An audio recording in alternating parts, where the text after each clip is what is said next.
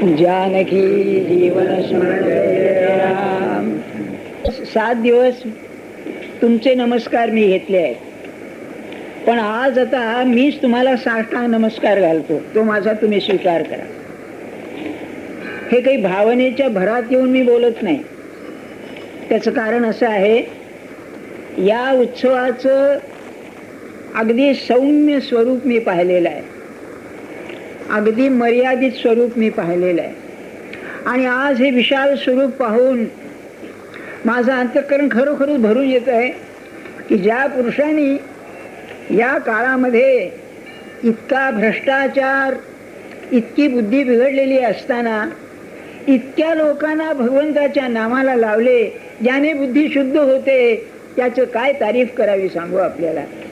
ज्ञानेश्वर महाराजांनी काय मागितलं बघा. आता हे किती विरुद्ध दिसतं. ज्ञानेश्वर महाराज आणि मागतायत. अरे मागणारा तू साधू नाहीच, नाही का? सगळं मागणं बंद करणं हे साधूचं लक्षण आहे. असं असताना सुद्धा म्हणाले, परमात्मा हा मी वाघ यज्ञ केला आणि तू प्रसन्न हो बरं का. आणि तो कसा ईश्वर?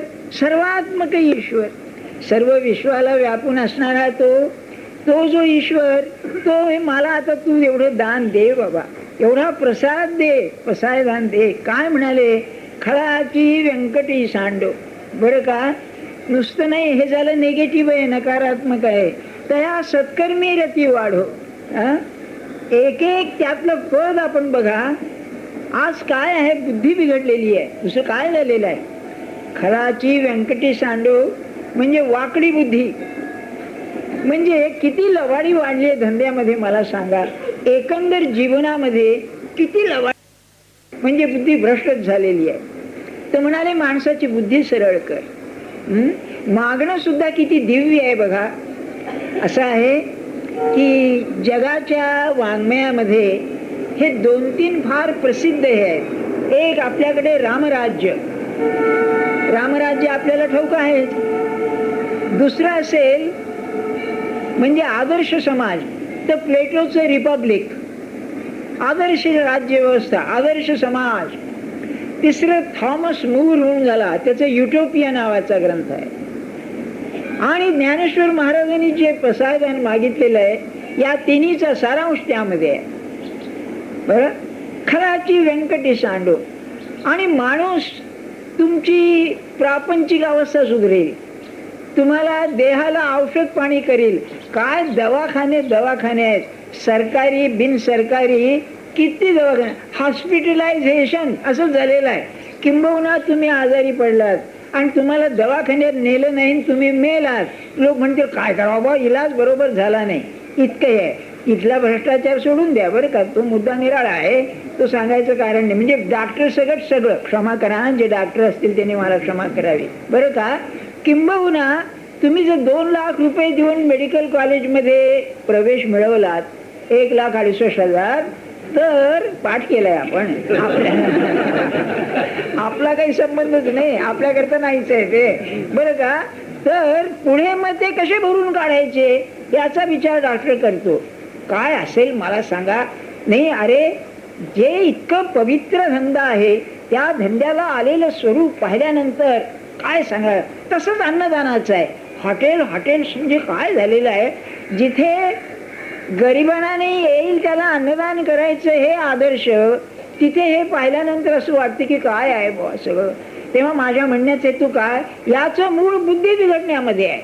आणि ती बुद्धी भगवान सुद्धा सरळ करू शकत नाही. जेव्हा दुर्योधन कृष्ण शिष्टाईला गेले, तेव्हा दुर्योधनाला म्हणाले, अरे पांडव किती झालं तरी सबल आहेत, सज्जनांचा त्यांना आधार आहे आणि लढाईमध्ये काहीही होऊ शकेल, तुझा सर्वनाश आहे त्यामध्ये. तेव्हा त्यांनी काय उत्तर दिलं भगवंताला, की म्हणाले, भगवंता तू म्हणतोस ती खरी गोष्ट आहे, पण माझी बुद्धी मला प्रेरणा देते, त्याला काय करू, तू माझी बुद्धी सरळ कर बरं. तेव्हा भगवान म्हणाले, सगळं जगातल्या इतर सगळ्या भानगडी करीन, माणसाची बुद्धी सुधारायला संताशिवाय मार्ग नाही. काय सांगू तुम्हाला, हे काम संताचं आहे. अरे मुंबई सारख्या या शहरामध्ये काय वातावरण आहे तुम्ही पाहता. अशा याच्यामध्ये तुम्ही स्वतः इथे येऊन नाम घेता, तुम्हाला नामाची आवड निर्माण व्हावी असं वाटतं, तुम्ही नामाचं ऐकायला येता, हा त्यांचा उपकार नव्हे का? बरं, देहात आहेत म्हणावं तर देहात नाहीत. 80 वर्ष झाली त्या पुरुषाला जाऊन, कुठलं ते गोंधवलं, अरे नकाशात सुद्धा ते नाही असं ते गाव, त्या ठिकाणी हा जन्मभर पुरुष राहिला. खरे म्हणजे 9-10 वर्ष राहिले बघा. रामाची स्थापना केली 1895-96 मध्ये, त्यानंतर राहू लागले, मध्ये 2-3 वर्ष हरल्यालाच होते. असा हा पुरुष भगवंताच्या नामाचं महत्व सांगतो आणि आज आपण ते नाम घेतो, त्याच्यावर विश्वास ठेवतो. हा केवढा पसारा आहे. म्हणून बघा, मला असं वाटलं की ज्या पुरुषाने इतक्या जीवांच्या अंतःकरणामध्ये नामाची प्रेरणा निर्माण केली आहे, त्याला वंदन करावं, नाही तर काय करावं मला सांगा. विचार करा आपण, त्याचा खरा उपकार असेल तुझा हा आहे, ही बुद्धी सुधारणा आहे. आणि म्हणून आपल्याला सांगतो की भूता परस्परे जडो मैत्र जीवाचे. काय सध्या किती उपाय चाललेत की आपसामध्ये काय समझोता व्हावा ना अमकं व्हावं तमकं व्हावं. जगात कुठे शांतता आहे मला सांगा? नाही, त्याची बुद्धी सुधारल्याशिवाय नाही. आणि ही बुद्धी भगवंताचं स्मरण करूनच सुधरेल, नाही तर नाही सुधारणार. कारण भगवान जरी झाले तरी दृश्यात आल्यानंतर त्यांच्या सामर्थ्याला ते मर्यादा घालूनच येतात. त्यांना शरण गेल्याशिवाय मार्ग नाही. म्हणून संत आणि संतांनी आज्ञा केलेली माणसं हीच जगाला सुधारतात, बाकीचे कोणी सुधरत नाही. त्यांना ठेवा आपण. ग्रंथाने जे हे होत असताना तर मग काय हो, युरोपमध्ये एवढे ग्रंथ निर्माण झाले, काय सुधारणा झाली मला सांगा. एक सोरोकिन नावाचा एक रशियन मनुष्य पहिल्या लढाईमध्ये कुटुंब, सरदार कुटुंब होतं, ते अमेरिकेमध्ये जाऊन राहिलं. तर त्यातला स्पिटिरिम सोरोकिन नावाचा ग्रस्त कोलंबिया युनिव्हर्सिटीमध्ये समाजशास्त्राचा मुख्य झाला. त्याचा एक ग्रंथ आहे द रिकन्स्ट्रक्शन ऑफ ह्युमॅनिटी म्हणून. त्याचं एक एडिशन यांनी काढली बघा, भारतीय विद्याभवनने. आपल्याला कधी मिळाली तर बघा. तेव्हा त्यामध्ये तो काय म्हणतो, सुरुवातीलाच गेल्या 2000 वर्षाचा इतिहास जर पाहिला तर जगात कुठे ना कुठे तरी युद्ध चालू आहे. युद्धाशिवाय नाहीच नाही. म्हणजे कृष्णमूर्ती म्हणायचे ना, या 5000 वर्षामध्ये अरे तुम्ही काय सुधारणा केली. माणूस हा व्हायलंट आहे, हा पशुच आहे, माणसामध्ये कधी शांतता नाहीच नाही. असं जर आहे तर सोरोकिन असं म्हणतो, तुम्हाला मानव समाजाची पुनर्रचना करायला पाहिजे. आणि ही पुनर्रचना जर करायची असेल तर व्यक्ती सुधारली पाहिजे. व्यक्ती सुधारल्याशिवाय ही होणार नाही. आणि व्यक्ती सुधारायला त्याचं ध्येय बदललं पाहिजे. ते ध्येय बदललं तरच होईल, नाही तर नाही. आणि हे ध्येय बदलण्याचं काम संतांनी केलेलं आहे. प्रपंच करायलाच लागेल, कारण प्रपंच तुम्ही निर्माण केलेला नाही. पण प्रपंच करीत असताना त्याला अंतिम मूल्य देऊ नका, अल्टिमेट व्हॅल्यू देऊ नका. ते साधन आहे आणि ते साधन भगवंताच्या स्मरणाचं आहे, एवढं लक्षात ठेवून करा. मग पहिल्या दिवशी मी आपल्याला सांगितलं की या उत्सवाचं मूळ ऑब्जेक्टिव्ह काय आहे, मूळ ध्येय काय आहे. भगवंताचं दर्शन हे आहे. भगवंताचं दर्शन म्हणजे काय हो, नाही का? एक विचार करण्यासारखी गोष्ट आहे. दर्शन याचा अर्थ असा आहे की माझ्यामध्ये जे खरं खरं म्हणून काही आहे. मी कोणचा, कालच सांगितलं आपल्याला, मी आहे या वाक्यामध्ये मी काढून टाकला म्हणजे जी केवळ सत्ता उरते साक्षीत्वानं, तो खरा मी आहे. त्याचं दर्शन घेणं म्हणजे आत्मदर्शन आहे, भगवंताचं दर्शन आहे. तेव्हा आपलं ध्येय ते आहे. या साध्या भाषेत भगवंताचं दर्शन, राम दर्शन हे आपलं आहे. दर्शन म्हणजे काय, हा अनुभव आहे. अनुभव याचा अर्थ काय की माझ्या अनुभवाच्या ज्या कक्षा आहेत त्या कक्षा ओलांडून पलीकडे जायचं आहे. आपलं जीवन आज अनुभवाचंच आहे, पण ते सगळे की नाही पुनरावृत्ती आहे. त्यामध्ये रोज जेवण तेच, किंबहुना त्या आवडीचं असल्यामुळं ते नाही तर मग नाहीच. बरं का? कोणताही भोग बघा, तोच तोपणा. बरं का? ठरलेली गाडी 8:47, ठरलेली गाडी, त्या गाडीनेच जाणार. ठरलेला डॉक्टर, ठरलेला वकील, ठरलेला ऑफिस. आता साहेब बदलतात पण वृत्ती तीच असते साहेबाची, बरं का, बदलून काय उपयोग काही नाही. काम तेच, सगळीकडे रेपिटेटिव्ह मेकॅनिझम आहे. बरं, हे इंग्रजी शब्द का वापरतो मी? युरोपियन तत्वज्ञानी लोकांनी मानवी जीवनाचा अभ्यास करून सांगितलेला आहे. तेच ते त्याला काय आहे? स्पेस टाइम, स्थलकालाच्या मर्यादा आहेत. स्थलकालाच्या मर्यादा याच्यामध्ये सगळे आपले अनुभव आहेत. असं जर आहे तर माणसाला या सगळ्या स्थलकालांच्या मर्यादेतच राहावं लागतं का? नाही, तो पशु होईल. मग त्याच्या पलीकडे जायला भगवंताचं दर्शन हा अनुभव आहे. बरं का, आपण सकाळी आरती करतो, काय आहे? काकडे आरती परमात्मया रघुपती, राजा राम रघुपती. आपण चुकीचं म्हणतो, जीवा ओवाळीनं म्हणतो आपण, ते चूक आहे. जीवे शिवा ओवाळीनं, निज आत्मज्योती. बरं का, पण तेही जाऊ द्या. अनुभवाचं समर्थाने वर्णन पुढे केलेलं आहे भगवंताच्या दर्शनाचं, की म्हणाले काजळी नामैस अवघे तेज ढळ ढळ. तेज इकडचे पसरलेलं आहे. अवनी ना अंबर अवघा निघोट निश्चळ. अवनी आणि अंबर म्हणजे अवकाश, स्पेस. तर या अनुभवामध्ये इतकं तेज पसरलेलं आहे की आकाश, स्पेस सगळी नाहीशी झाली. पुढे म्हणाले की अवनी ना अंबर तर झालंच, उदयनास्त जेथे बोध प्रातः काळी. ती टाइम, रात्र झाली, दिवस झाला, उदय झाला, अस्त झाला, हे नाहीच. अवनीनं अंबर जसं नाहीस झालं तसं कालाचं भान नाहीस झालं. काय समर्थांचा अनुभव आहे मला सांगा. हा सत्पुरुषाचा जो अनुभव आहे तो घेणं म्हणजे भगवंताचं दर्शन आहे. भगवंताचं दर्शन याचा अर्थ असा की त्या माणसाचं अंतःकरण अशा काही एका पातळीवर जातं, लेव्हलला जातं की तो अतिमानव बनतो. बरं का, ट्रान्स ह्युमन, माणसाच्या पलीकडे जातो. आणि असा मनुष्य होणं हे माणसाच्या हातात आहे. ते प्रत्येकानं करावं म्हणून हा उत्सव आहे. हे ध्येय आहे आपलं. बरं, हे ध्येय कसं साधेल? तर म्हणाले त्याला शरणागती हा मार्ग आहे. आणि मला असं सांगा, आपण इतके स्त्री पुरुष इथे आहोत, आपण कधी कोणाला शरण गेलो नाही का? साधी गोष्ट आहे हो. तुम्ही आम्ही जे जीवन जगतो, तुम्हाला रिझर्वेशन पाहिजे, भिकार रिझर्वेशन, एखाद्या बसचं किंवा आघाडीचं. किती लोकांच्या दाढीला हात लावावा लागतो आहे ना तुम्हाला माहिती? किती लोकांना लाचारी करावी लागते. कोण शरण जात नाही मला सांगा. तर ते म्हणतायत तुम्हाला शरण जायची प्रपंचात जरूर आहे आणि युक्ती पण आहे. बरं का, आता त्याला चहा पाणी द्यावं लागतं हे सोडून द्या, परंतु लाचारी तर आहेच की नाही. मग तुम्ही राजांचा राजा जो महाराजा आहे त्याला शरण का जात नाही? म्हणून हे ध्येय जर पाहिजे असेल, तुम्हाला स्थलकालाच्या पलीकडे जायचं असेल तर तुम्ही शरण जा.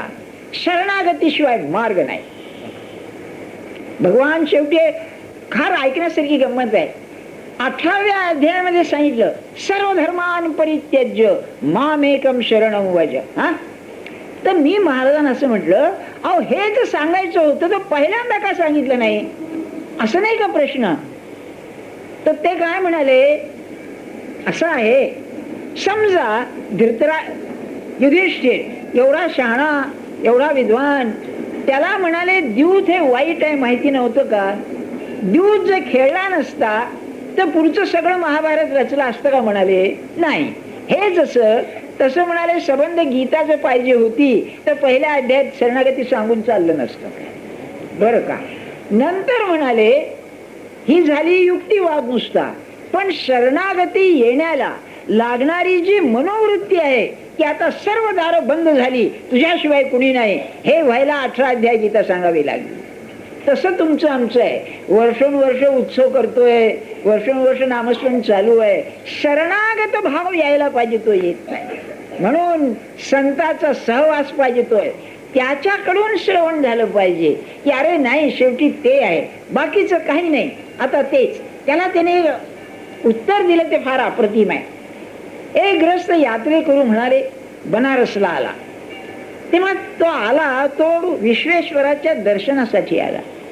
दर्शनासाठी आल्यानंतर त्याला सांगितलं की वा दर्शन पाहिजे असेल तर रांगेत उभं राहावं लागेल. रांगेत उभं राहायला 2 तास 4 तास झाले, रांग काही संपे ना. ही म्हणले शरणागती. आता अडकलो आपण, आपल्याला बाहेर पडता येत नाही. पण म्हणाले आज जायला दार एकच, लहानस दार, त्या दारातूनच त्याला जायला पाहिजे. मग तो बंगालमधून येऊ दे, गुजरात मधून येऊ दे, महाराष्ट्रातून येऊ दे, जसं त्याला दर्शन पाहिजे म्हणजे शरणागतीचं पाहिजे असेल तर त्या दारातूनच जायला पाहिजे. ही जी काही गोष्ट आहे ती अनन्यता. म्हणून ध्येय भगवंताचं दर्शन, त्याला उपाय असेल तर शरणागती, शरणागतीचं साधन असेल तर अनन्यता, दुसरा मार्ग नाही. आणि ही अनन्यता जर कशाने साधत असेल तर भगवंताच्या नामाने साधते, हा त्यांचा अनुभव आहे. म्हणून नामेची सिद्धी, नामेची सिद्धी व्यभिचार बुद्धी न पावता, तुकाराम महाराजांनी सांगितलेलं आहे. हेतू काय सांगण्याचं आपल्याला, हे आपलं ध्येय आहे, हे आपल्याला मिळवायचं आहे. मला खात्री आहे की आपण ऐकून लगेच नामाला लागतो असं नाही, पण साधू संतांच्या जीवनामध्ये एक असा चमत्कार दिसतो की त्यांनी कधीही निराशा पत्करली नाही. निराशा नाही. तुमचं आमचं कसं आहे बघा, आपला जो मुलगा का ऐकत नसेल, समजा तुमची मुलगी एखाद्या प्रेमात पडली, 1000 तऱ्हेनं सांगून ऐकत नाही, जा तुझं नशीब आणि तू जा खड्ड्यात झाला. संत असं नाही म्हणणार कधी, आपण त्याच्यामुळे खड्ड्यात जातील पण त्या सोडणार नाहीत. जाम हा संतांचं हे आहे, अरे तुला मी सोडणार नाही. एक उदाहरण सांगतो आपल्याला. आता मी महाराजांचं सांगणार बरं का. काय झालं, एक मल्हार आप्पा म्हणून ग्रस्त होता, कानडी मनुष्य. तो पहिल्यांदा चांगला वागे, महाराजांच्या जवळ राहायचा, हे करायचा. पुढे तो आपल्या गावी गेला. गावी गेल्यानंतर कर्नाटकात त्या काळी की नाही एक अंगवस्त्र ठेवणं म्हणजे वैभव असे, ऐश्वर असे. हा तुम्ही कोणी बाई ठेवली नाही, काय श्रीमंती म्हणले तुमची. तेव्हा तो एका बाईच्या नादी लागला. नादी लागली आणि 5-10 वर्ष अशी गेली, सगळं जपन बिपन अशा गुंडाळून ठेवला. महाराज मी हजर होतो हा ऐकू नव्हे. तेव्हा त्याला पुढे वाईट वाटलं.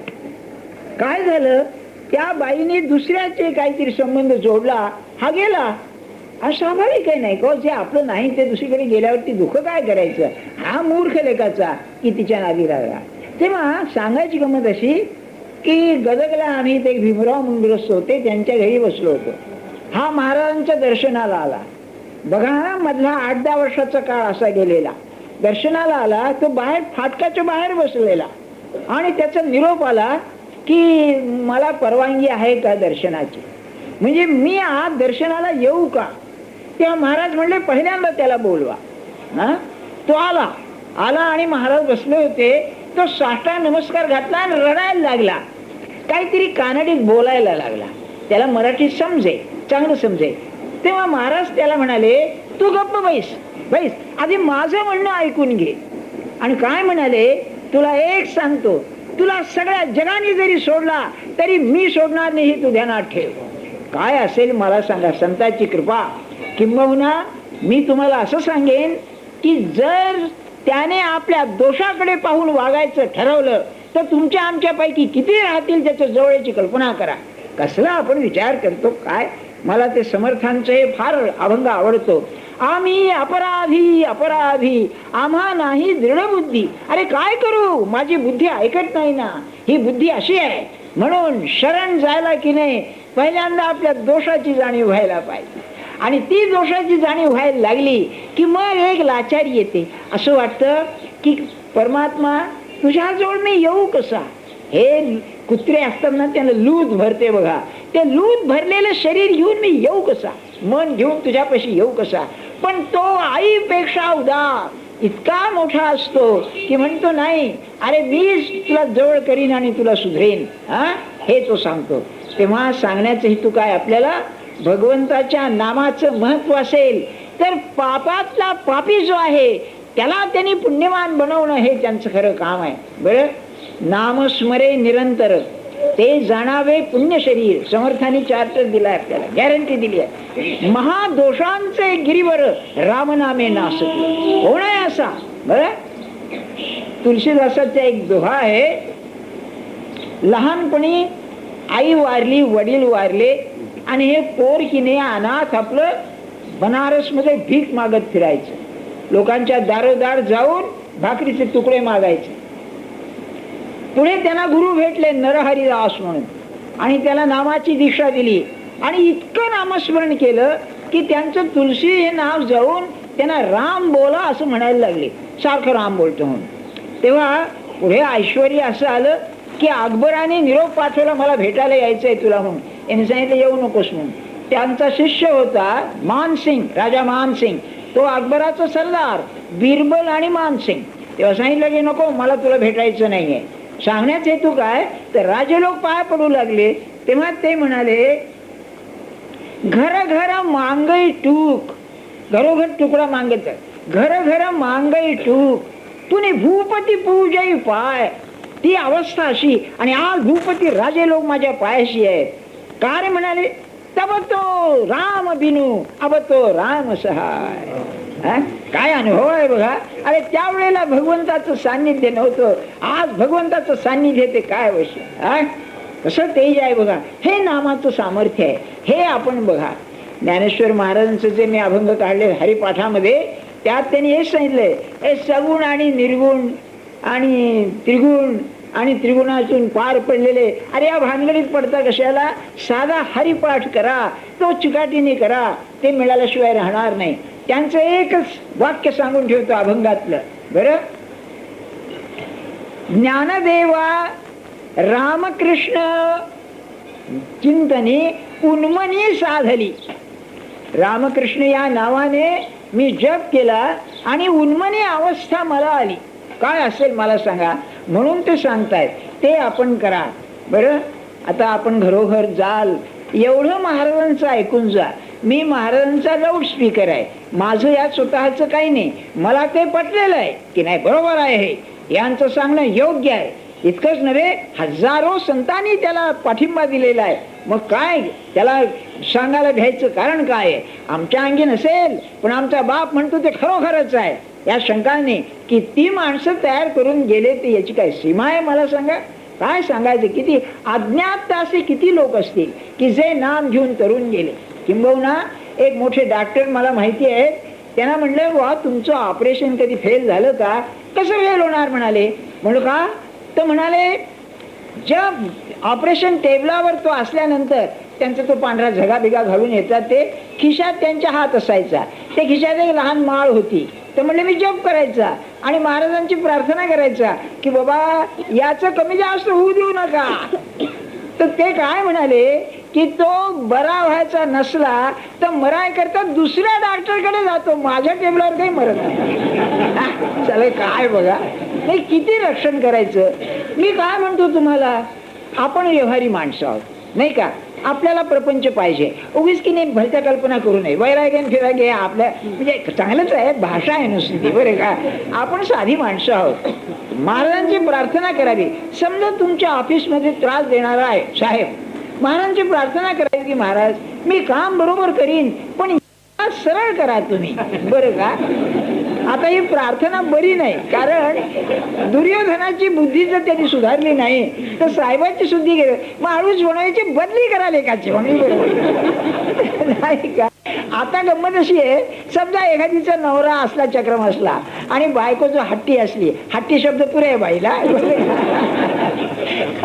आता ती कशी बदलायची हो नाही का, किंवा तिची बदली कशी करायची किंवा त्याची बदली कशी करायची. तर एवढंच करा की निदान टॉलरेबल तरी होऊ दे, सहन करता येत तरी राहू दे, काही हरकत नाही. आपलं दुःख मी नेहमी म्हणतो, अजून संतांचा मोठा उपयोग काय आहे हो, आपलं दुःख सहानुभूतीनं ऐकून घेणारा जो कोणी असेल तर तो संत आहे. जगामध्ये तुमचं दुःख तुम्हाला कळतं, अहो कसं काय आता रिपेअर होणार आहे, कसं काय आपण हे करू, पण माझं दुःख प्रेमानं ऐकून घेणारा कोणी आहे, अतिशय प्रेमानं, हे केवढं मोठं भाग्य आहे मला सांगा. सत्पुरुष दुसरं काही करीत नाही. अरे हो आहे खरं, पण त्यात तू समाधान ठेव, हे अति प्रेमानं तू सांगतो. काय सांगू, त्यांना कळत का नाही, त्यांना सगळं कळतं, परंतु ते इतक्या सहानुभूतीने ऐकतात. त्यांना वाईट काय वाटतं की अरे हा भ्रमात आहे. ज्या प्रपंचामध्ये दुःखच भरलेलं आहे त्या प्रपंचात सुखाची अपेक्षा करतो, हे वेडेपण आहे हे त्यांना समजत असल्यामुळे ते तसा तुच्छ करीत नाहीत, अतिशय प्रेमानं ऐकून घेतात. आपल्याला मी परवा सांगितलं ना की महाराज असे बसले होते आणि महाराजांचं पोट मोठंच होतं. तेव्हा पोटावरून हात फिरवला आणि म्हणाले, बरंच गरगरीत झालंय म्हणाले बरं का. तेव्हा आपणच पुढे म्हणाले की त्याचं कारण काय, तर म्हणले लोकांची दुःख गिळतो म्हणाले मी सारखी, त्यामुळे हे झालेलं आहे. काय केवढा अर्थ आहे मला सांगा. काय सांगू आपल्याला तुम्हाला, एक लहानशी गोष्ट सांगतो आपल्याला. अहो या गोष्टी लहान दिसतात पण किती किती संत काय करतो. ते गणपतराव दामले म्हणून सरपंच होते गोंदवल्याचे, त्यांचंही दुकान होतं पुण्याला. त्याच्यामध्ये ते दुकान बुडलं. त्या 2000 रुपयाचं हे आलं. आता ही 100 वर्षाची 90 वर्षाच्या मागची गोष्ट. 2000 रुपयांना आज काय किंमत असेल बघा. तेव्हा ते अतिशय उदास झाले. महाराज होते सोलापूरला, तेव्हा हे गेले सोलापूरला. तर ते चपळगावकर म्हणून ते त्यांचं राम मंदिर होतं. त्या मंदिरातून महाराज बाहेर आले आणि टांग्यात बसल्यावर गणपतीला समोर गेल्यावर अरे म्हणलं तुम्ही इकडे कुठे, या म्हणले. म्हणून टांग्यात शेजारी बसून घेतलं आणि म्हणाले काय बरं काय काम. तेव्हा ते म्हणाले महाराज काय करू, एवढंच 2000 रुपयाचा लॉस आला, बुडलं म्हणाले, काय करू मी. एवढंच ना म्हणाले, ऐका एवढेच ना मी देईन म्हणाले. एक पैसा दिला नाही बरं का, पण तुम्ही थाप मारल्यासारखंच आहे, मी देईन म्हणाले. आणि गणपती ते म्हणायचे खरं वाटलं. महाराज म्हणतात देतील, कसले देत आहे त्यांना बोलावं लागलं. पण ते काय म्हणाले, त्या उड्या वाक्यानी माझ्या मनाची स्थिती जी बदलली, ते पुढे महिना 2 महिने महाराज देतो म्हणाले, घेतो म्हणाले, याच्यातच मी राहिलो नाही का. आणखी एक मी पाहिलेलं उदाहरण सांगतो. अलिबागला गेलो होतो आम्ही. एक गोष्टी ऐकायला बरं वाटतं, ते चांगलं आहे. कारण काय आहे, नुसतं थिअरी सांगून काय करायचं. तिथे एक गुप्ते म्हणून ग्रस्त होते, ते आजारी होते, त्यांना अर्धांग वायू झाला होता आणि असे पडले होते अंथरुणात. तेव्हा महाराज बसले जवळ. काय म्हणाले, रावसाहेब कसं काय आहे. काय झाल्यानंतर तो म्हातारा काय म्हणाला, काय करू म्हणाला, या घरातल्या लोकांना सगळ्यांना सांगतो, कोणी माझं ऐकत नाही म्हणाले, काही सुधारणा होत नाही बरं का. अरे अरे म्हणाले, बरं का वाईट आहे म्हणलं, कोणी ऐकत नाही. आणि काय म्हणले, मी म्हणलं सांगतो तुम्हाला, जे तुम्हाला 40 वर्षात जमलं नाही 8 दिवसात म्हणले मी सुधारून देतो. आणि माझ्याकडून पाहून म्हणाले 40 वर्षात सुधार नाही, ते 8 दिवसात मी सुधारणार आहे म्हणाले. पण सांगायची गंमत अशी, त्या म्हाताऱ्याला इतकं बरं वाटलं, आता सुधारणार. आणि 8 दिवसात मेला होतो, ही सुधारणा झाली. सुधारणा ही सुधारणा. तेव्हा त्यांचे किती मला सांगा रिलीफ तुम्हाला समाज देतील. किंबहुना माझं मत असं आहे, आज आपल्या समाजामध्ये एक अत्यंत दारिद्र्य आहे, ते की नाही म्हाताऱ्या सात्विक आणि निस्वार्थी माणसांचं दारिद्र्य आहे. की तुम्हाला आपलं दुःख सुख जाऊन सांगायला कोण आहे मला सांगा. म्हणून मला आठवतं, लोकमान्य सुटून आले तेव्हा दुसऱ्या दिवशी सकाळी पहिल्यांदा गणपतीच्या दर्शनाला गेले. बरोबर त्यांचा भाचा होता, तिच्या पाय लटपटत असत, थकले होते. तेव्हा ते म्हणाले दादा घरी चला आता.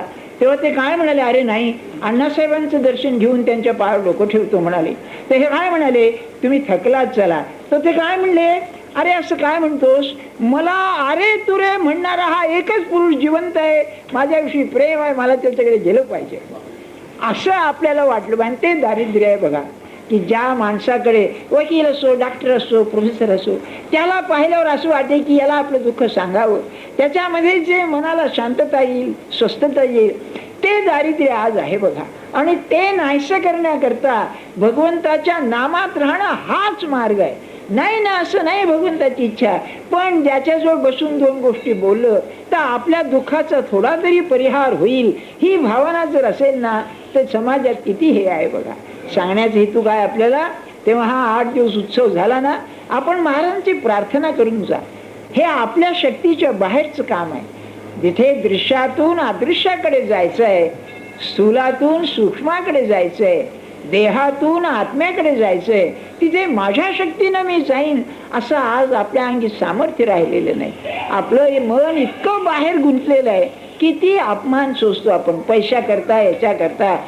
आणखी आज एक नवीन, आज म्हणजे सध्याच्या काळात झाली आपली वेळ, आठवतो मी, अशी स्थिती झाली आहे की पोरं लेखाची उठता सुटतात अमेरिकेला निघून जातात. आणि मग मी शब्द वापरतो, मला क्षमा करा, आईबाप शंख करतात, इथे राहतात आपले, आणि म्हणतात तुम्ही या तिकडे. अरे तुम्ही काय या तिकडे, तिकडे चैन पडत नाही. कारण नवरा बायको सकाळी कामाला जाणार, पोरं असले तर का शाळेत जाणार. मग तिथे तर एक आईबाप असे होते, ते मुलं बाहेरून कडी लावून कुलूप लावून जायचे. आता काय करावं, कारण मग काही उपयोगच नाही.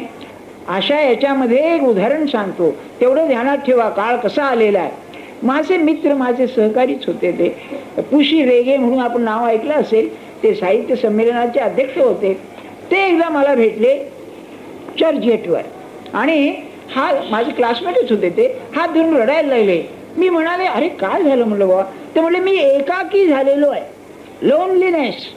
बघा हा प्रॉब्लेम आहे फार मोठा, एकाकी झालेलो. अरे काय झालं.